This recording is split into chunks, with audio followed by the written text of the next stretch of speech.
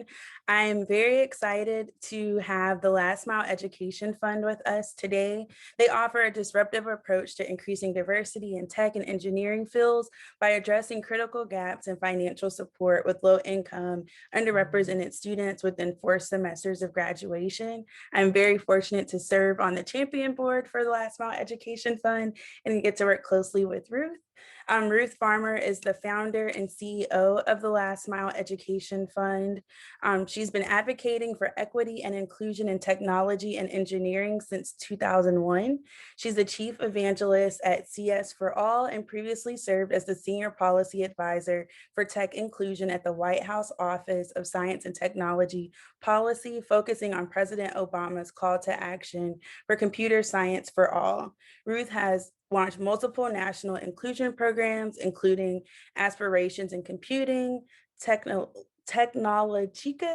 the Aspire IT Outreach Program, Lego Robotics for Girl Scouts, and more. She's also served as the 2012 chair of CSED Week, was named a White House Champion of Change for Technology Inclusion in 2013, received the Anita Borg Institute Award for Social Impact, in 2014, and the UK Alumni Award for Social Impact in 2015. She holds a BA from Lewis and Clark College and an MBA in Social Entrepreneurship from the University of Oxford. She's passionate about helping low-income youth access technology and engineering careers and contributes their perspectives to the world of innovation. So I am very happy and excited to turn it over to Ruth now. Hi, thank you, Melanie. I'm really happy to be here. And I will also point out that you might see in the chat 2 of our team members, Meg Richard and April Christina Curley, who will be answering questions and also available towards the end. So I'm actually going to share my screen and show a little presentation about the Last Mile Education Fund, a little bit about our history. So let me get this going, my fancy thing here. So the Last Mile Education Fund was the result of years of watching students that I had been mentoring since they were in high school, going through this process of becoming a technologist, on their way to these really great high-paying careers and getting stuck over really trivial things like, being able to afford their rent, or having something as simple as not being able to get the supplies they needed, like a state-of-the-art computer or the development boards.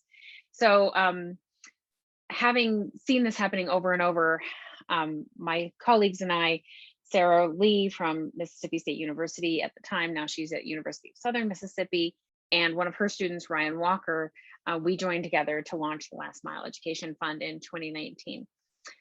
So just to give you a few examples, Ryan, who was our co-founder, was the inspiration for this fund. And in 2017, she nearly canceled an internship that had the potential to change her trajectory because she couldn't afford getting to the internship, like getting a bus ticket from Mississippi to North Carolina, getting set up in housing until she got paid.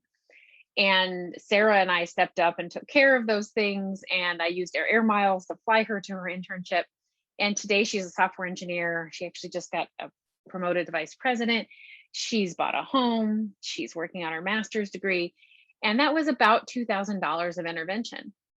So it's pretty impressive how a relatively small amount of money can have a huge impact on a student. I'm trying to fix the light a little bit there. Another example was during the pandemic, when the universities, as you all know, were shutting down dorms and just a lot of new stress for students. A student reached out to us named Aleda, who was in the last stretch of going to Georgetown to get her degree in computer science. And she reached out to get help because she was being evicted from her housing. And she said, I can't go back to Texas to live in a trailer with 5 people without internet. In the last 3 weeks of getting her degree, she needed to focus. So we put her in an Airbnb, and today she's a software engineer at a major social media platform and an activist in her own right for other Hispanic students like herself. And another example, and this is just really illustrates the way we see this fund becoming a self-sustaining initiative, is JB, who she was 6 months from graduation and had an unexpected car repair. And she had two jobs off campus. She lived off campus to save money. So that car was critical. It was a linchpin in her being able to be successful. And she was in the midst of interviewing for jobs, but at the same time facing homelessness, housing insecurity, and trying to get her food from a food bank, borrowing from friends. And this is no way for her to launch into her career. So we stepped up. She only asked us for $3,000. We ended up stepping up with $8,200, put her in, paid her rent, paid her Wi-Fi, paid some graduation fees. She graduated in June. She started her job in August and came back and started reinvesting in the fund in October. So she's already become a donor, and her company is matching her gifts. So we see that there's a long-term play here where we're investing in these young people, and they're going to come back and reinvest in the next generation. We're doing this because all of the work to get aspiring engineers and technologists to the finish line is not being realized if only 11% of the low-income students are graduating within 6 years. And that's compared to 58% of the total population. And that's a really abysmal success rate. Now, you would think it would be better if we go up an income quartile to the bottom two income quartiles. It's 20%. So if you look at half the students in our country are not finishing a degree within 6 years. So the fastest growing and highest paying jobs are in STEM. So where the Last Mile Education Fund is focused is on technology and engineering disciplines. This is where the jobs are. And we feel that if a student has gotten to their junior or senior year in a high demand STEM degree like technology, computer science, engineering, data science, etc., we can't afford for them to fail. The industry needs them. We need them. They can't afford to, falter when they're so close to such a lucrative, high-paying job. In fact, students who become engineers and technologists on average make $47,000 more than the median salary for all jobs. So the lifetime earning potential and social impact and economic mobility that occurs for these students because of getting this degree is really, really huge. And the alternative is they have debt and no degree, and they never achieve that potential. So the other factors that we're looking at are the fact that financial aid in many ways is pretty broken, and the wealthiest students are receiving 34% non-federal, so private aid per year on average than the highest need students. There's a lot of factors that contribute to that. They go to higher resource institutions, et cetera. But just thinking about that from a societal perspective, that we're investing so little of private aid in low-income students. And 56% of students with 3 or more years of college are reporting that they're having food insecurity and housing insecurity. And in the case of degrees like computer science and engineering, internet insecurity and device insecurity. Not having connectivity is a critical failure factor for them. And I think we can all agree that federal financial aid and a part-time job no longer make a college degree possible. So we think that there's a huge opportunity when it comes to technology and engineering students. And currently we are focused on women in technology and engineering because there's a tremendous demand for them in the field, and because funders are really interested in their success. And 53% of the 76,000 women who are in a technology or an engineering degree within 4 semesters of graduation, 53% of them live at 200% of the poverty line or below. That's $51,000 a year. And we think of all the students, there's this 14% slice of that pie that if we made an investment in their last mile, they could graduate, they could get out of poverty. So that's our premise is, why aren't we investing in this talent? There's a lot of money going into getting students into college, launching students into college, encouraging students in K-12 to consider STEM careers.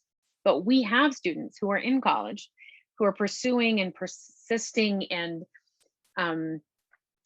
really going after a degree in technology and engineering, and they're not finishing, or they're not finishing at the rate that they could be finishing. So if they can just graduate 6 months earlier, that's 6 months of additional earnings in their lifetime. So the opportunity to support them is huge. I talked a little bit about our story. So this is Ryan in the middle, and she's now, I think, 25, and Sarah, who was her professor. And I've been watching Ryan since she was in high school.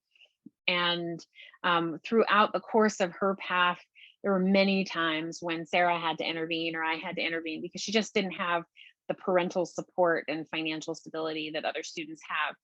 But she was so driven, and she was teaching herself programming languages. She was buying old phones and Blackberries online and rehabbing them and reselling them to make money. She just really had the drive to be a technologist, but she just didn't have the stability in her life to get the grades and the other markers of potential that were going to get her the kind of scholarships she needed.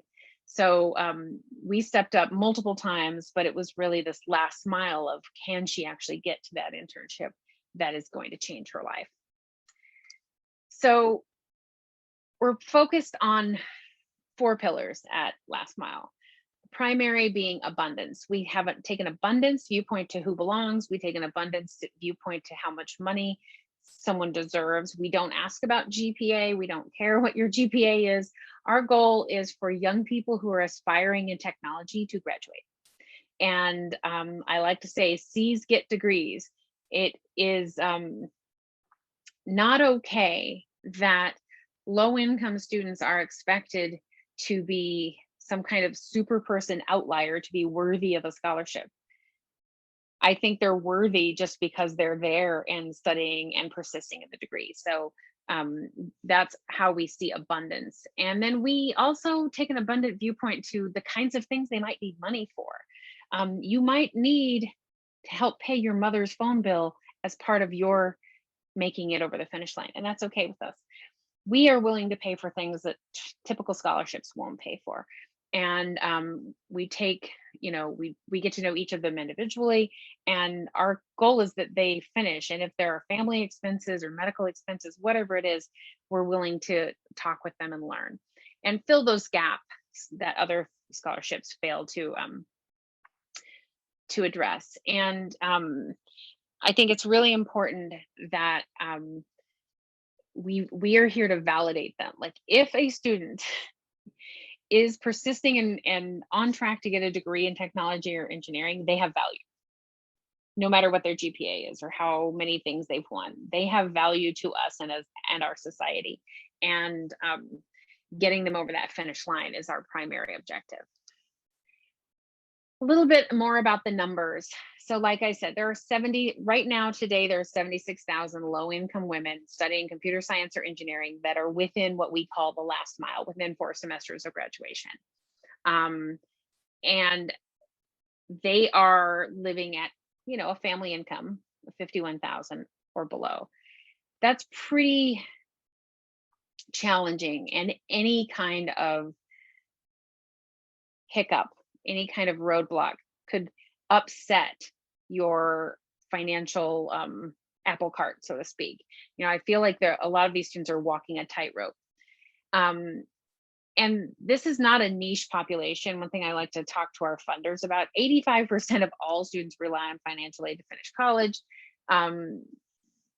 56% of students are facing, basic needs insecurity. We're not talking about a niche population. We're talking about most students. And this is a really lovely thank you note we got from one of our grantees, who she was in the final stretch of her degree in cybersecurity, and we got her a device and some living support. She was a non-traditional student and a single mom.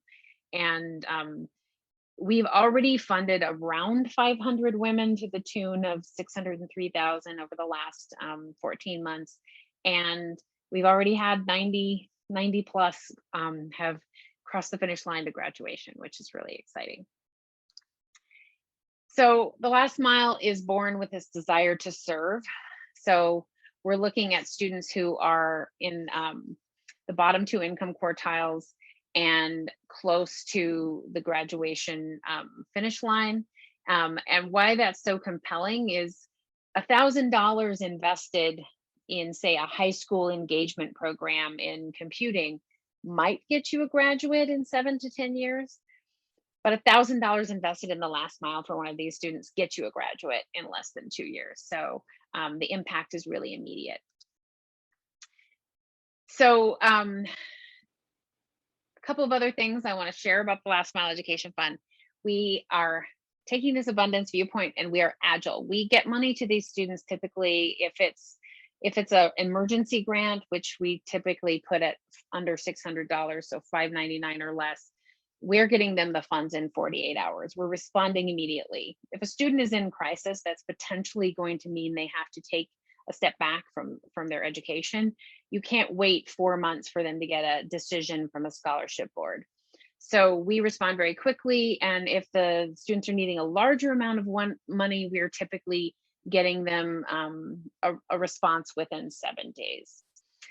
We are also leveraging the whole ecosystem. There's an entire ecosystem out there to support young people in STEM. There's the Society of Black Engineers, the Society of Hispanic Engineers, American Indian Science and Engineering Society, the Anita Borg Institute, and CWIT. There's a whole host of organizations that are supporting these student populations in different ways, helping them with things like interviewing, helping them with career access. We don't need to duplicate all of that. What we're here to do is get the student out of crisis by providing the financial support they need in the immediate term so that they can reset, take a step back, and then start accessing the resources they need. The other thing we've found is that low-income students are less likely to be living the college experience. They're probably working a lot of hours. So maybe they're not joining the clubs and the organizations that are going to tell them what they need to be doing to launch into their career. We had a student who applied for help, and she had been pursuing her computer science degree for 7 years. Started out at a community college, taking 2 to 3 classes at a time, working full time to support herself and her family. And she came to us, she was just 2 classes away. And I said to her, I was like, you really need to do an internship. That's really critical to you launching into this industry. And she said, well, I can't do an internship, I have to work. She did not know that internships in technology and engineering pay between $5,000 and $10,000 a month. And she was out of the loop because she wasn't able, because of her work schedule, wasn't really able to fully engage. So the other thing that we do is once we get a hold of them, now we can talk to them and we can let them know what's out there for them and the types of steps they need to take to be successful. And then finally, this is a feedback loop. We're learning a lot about the experiences of low-income students, the kinds of things that trip them up that maybe aren't part of the federal policies or the state policies or university policies. And as we're getting that information, we're sharing that back with industry, we're sharing that back with academic institutions and with these organizations that support them in the ecosystem. And what I mean by sharing that back with industry is one of the things that keeps coming up is students will be going to an interview at a company, for example, and the company's going to put them up in a really fancy hotel because they're courting them. Well, you can't check into that fancy hotel without them putting a $400 hold on your debit card. And if you don't have $400 in your bank account, that's a problem. You can't check into your hotel. Or if you do have $400 in your bank account, they just froze all the money you have and you're in San Francisco or New York or DC for this interview process. That's an othering experience. You're already feeling like an outsider, like you don't belong in going to interview at this place as a low-income student. We don't need additional experiences like that. So we talk to industry about ways that they can change their processes to make the process more equitable for low-income students, or just make it equitable for all students that are in their interview process, rather than treating students as if they already have a 6-figure income coming into the process. So we've started to get thank you notes from graduates, which we love, and they're sending us their graduation pictures. And we're really, really excited to see them coming forward and stepping up and saying, we want to pay it forward. We want to be here and volunteer and help you. And getting them that boost of, we need you in this industry, you belong here, has been the most rewarding part of this, because it's extremely validating. And just to, we call it a last mile moment. Every single person who has achieved, regardless of their background, had help from someone at some point. And that is, what we call your last mile moment. So we're creating last mile moments for these students, getting them over the finish line. And we know that they are going to go on to create those moments for other students in the future. And with that, I will close with a photo of another one of our students who is about to graduate. And it's just so rewarding to be able to be that last dollar, because sometimes the last dollar is the most important dollar of all. And I know you'll all have questions about how students from your institutions and your communities can access this fund. And April, who is online, and Meg on my staff will be here to answer some questions as well. So that is where I'm going to stop and take it back.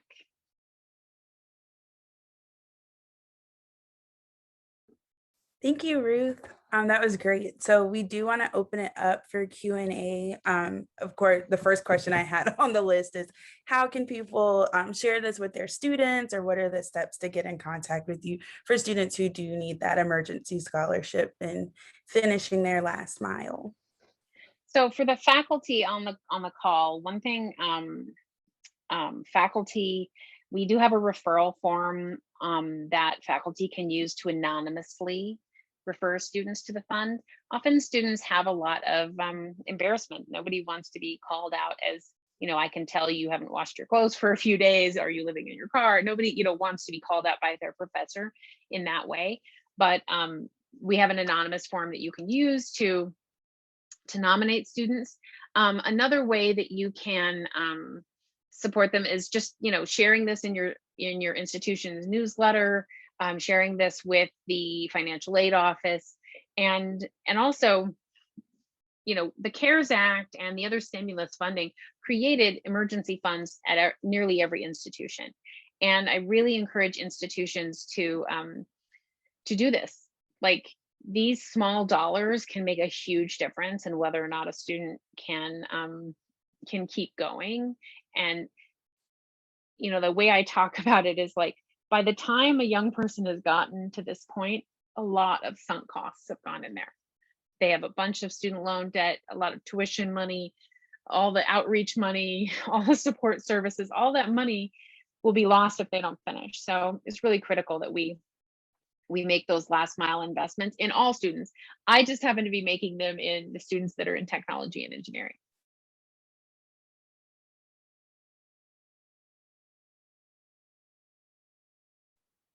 So other questions that we have here?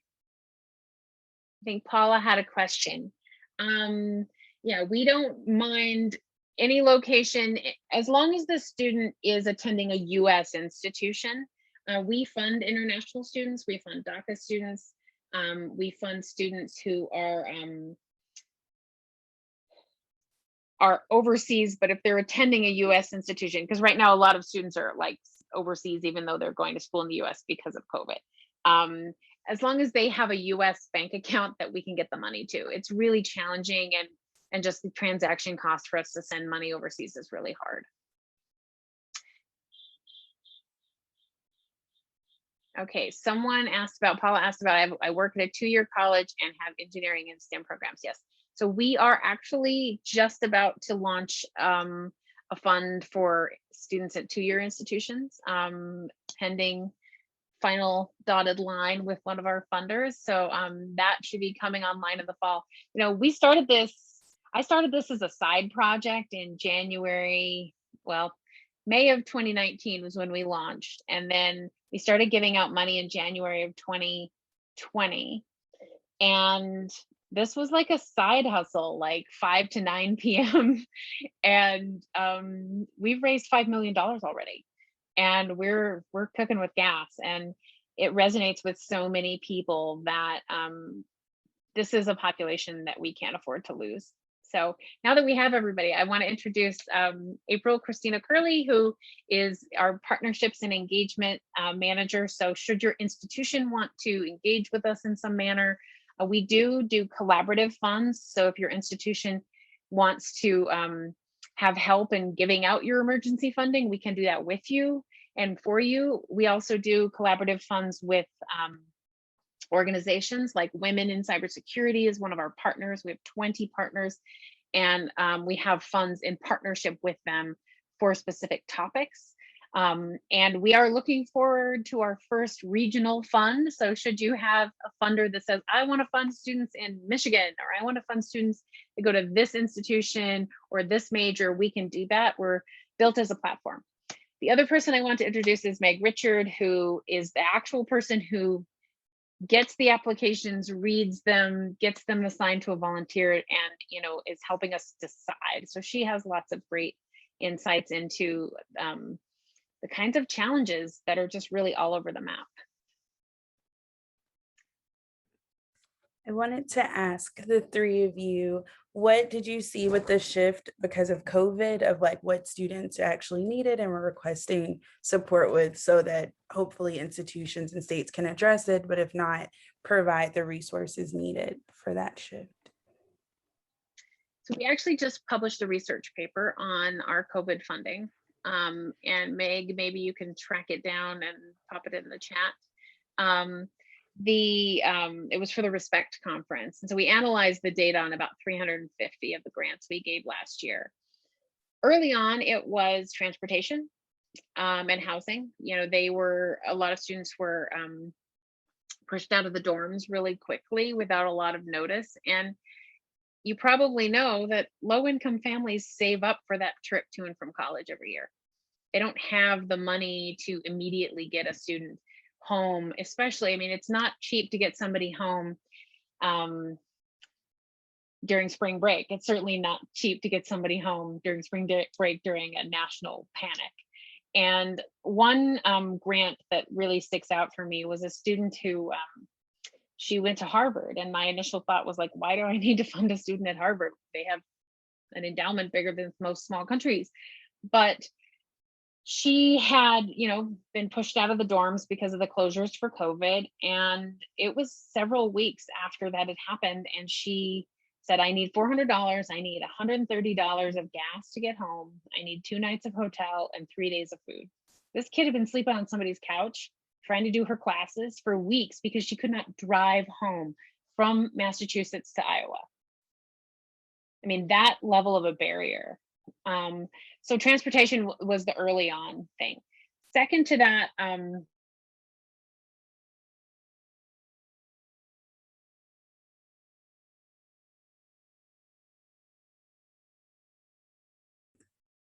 Ruth, I think you're frozen. Or she's just really good at being She's still. focused. Without my home laptop. There you go. You're back. Oh, was I frozen? You were frozen for it. We heard the first barrier of transportation, but not the second one. Okay, so the second big issue is devices. So students, we've bought lots of devices for students, and we had a number of students who had been relying on the computer lab at their institution for being able to access the internet and do their schoolwork. And, we're talking about technology and engineering students. You can't possibly compete with your peers without the device that you need. So that was the second big one. And then lots of, food insecurity, not being able to pay your phone bill, which, if you lose your phone, now you've lost your internet, now you've lost your, a lot of these students are using their phone as a primary source of accessing the internet. So we've paid for all kinds of crazy things. And, I remember one student, it was a dental bill that she, had hanging over her head and just needed help to cover. And the other thing that's been really interesting is the students they have a job waiting for them, but they can't get over that last few months. So we've been funding the living expenses for students who have jobs waiting for them at places like JP Morgan and HP, etc.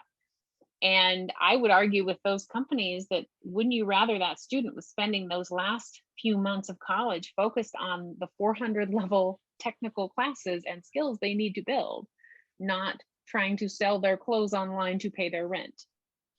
And so like making this last mile investment in their having to not just survive, but to actually thrive. I mean, this technology and engineering is a cognitively heavy discipline. We want them fully focused on it, not hanging on by a thread. So Meg put in the paper. Okay. Any other questions? Let's see.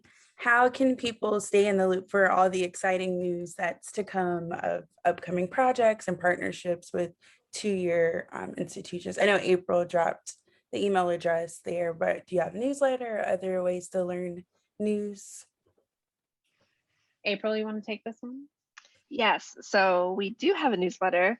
And if you're interested in being added to the back end of that, just send me a note and we'll make sure that you're added.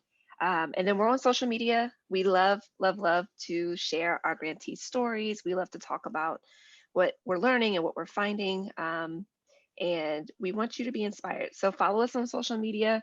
And even if you're inspired after this call, share your last mile moment with us, because we like to collect those moments as well. And yeah, set up some time with me if you have any other questions. I did drop my email address in there. It's for you to use. So send me a note and I'll make sure that you have time with me on calendar. And if you go to lastmileed.org, there's a newsletter sign up link at the bottom. And we call our newsletter Milepost. We have everything is like a road journey thing to it. And we have monthly chats with the students called Fill Your Tank. So we're engaging with them. You know, the grant that they receive from us is really just the beginning of a relationship that we intend to have last for a very long time. So I would love it if Meg or April, if either of you have a particular grantee story or impact story that you want to share about the fund. I can tell you one thing that actually just came in this morning. So we funded a non-binary Black person who had come in to our emergency fund requesting $3,000, which our emergency fund caps out at $599. So we automatically recognized clearly there was a greater need. And so they went through the interview process, and I recognized, and the rest of our team recognized, that there was indeed need for this person to indeed they needed the $3,000. Well, what's interesting, as Ruth was just talking about, is right, we all know life happens. Many of us on this call probably have the opportunity to cope with that life. This non-binary student in particular has epilepsy and is right now is having to pay out of pocket for, I think they said maybe 15 pills at a time because insurance won't cover it. And that's all they can handle. So they just came back and said, I need to kind of buy this in one fell swoop. Are you able to help again? So actually, after this call, we will quickly meet, because this is not something that can go on for a long time. This individual needs an answer quickly. And so that's what we do. However, the $3,000 that we did grant this student, they were able to just complete their last class and in their tech degree, they have one more class, and I think it's an arts and English class or something like that, and then they're going to get their degree. And so, yeah, that was within the last 45 minutes. So, and I'll just mention, I think we all feel this way. We adore every one of our grantees, but one of my favorites, Cree, who I feel safe mentioning because she talks about her story very publicly. She is a Native woman. She's a non-traditional student, and she is pursuing a degree and recently lost her father to COVID in the past year. And so she sort of assumed a lot of the financial responsibility for her family and for a lot of her family within the reservation that she's on. And so I love her story because she's very motivated to finish, and she's very motivated to give back to Last Mile Fund, but also to give back to her family and to Native groups. So I know that she's going to be very active in all things Last Mile in the near future. You're going to know her, you're going to know her name, you're going to see all the wonderful things that she does. And I just feel really lucky and humbled that we get to support her and that we get to cheer her on and all of the great things that she's going to do in the near future. Yeah, and I would stress that, I cannot say strongly enough, we can't afford not to support these students, because the net number of Native American women that get a degree in IT annually is 40. So if we lose Cree, that's statistically significant to the entire nation's population of technical women who are Native American. And the same goes for Black women, for Hispanic women, for women generally. And so this is really important. Now, I do keep saying women, and I know that. I have had a 20-year career in gender equity, which is why my funders like to fund women, because that's who I've been working with for 20 years. But we are, I believe all low-income students are underrepresented in technology and engineering. If they weren't, because typically the way it works in the US is the children of engineers become engineers, and those folks are typically affluent. So if we want to change the face of technology and really have our country and the technologies that we create be created by all the people who use them, we need to do something about this gap, this socioeconomic gap in access to those careers. Ruth, I would say something else too, real quickly. I know we have to wrap up here, but if you have students, if you are an institution that thinks that some way, shape, or form you could use this, get into our hands. What am I trying to say? Put your students in our hands, because we honestly, our staff is a group of people who live this day in and day out by our ethics and our principle and our morals. And your students are in good hands, and we will, if we can't serve them now, then we will, take the data and find a way to serve them in the future. Ruth is somebody who absolutely takes a need and matches it with funds, and then all of a sudden, poof, more and more and more people are being served they're getting their basic needs met, and yeah, I can't say enough. So yeah.